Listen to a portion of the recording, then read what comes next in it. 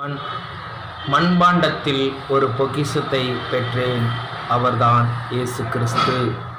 விலையேற பெற்ற அந்த பொக்கிஷம் எனக்கு ஜீவன் ஆவார். அவரால் நான் மகிழ்ச்சி அடைவது அளவே இல்லை. அந்த பொக்கிஷம் என் இதயத்தை பிரகாசிப்பிக்கிறது, என் முகத்தை ஒளிர பண்ணுகிறது. இந்த பொக்கிஷம் என் தேவை என்று ஆனபோது மற்ற தேவைகள் எனக்கு தேவையற்றவைகள் ஆனது.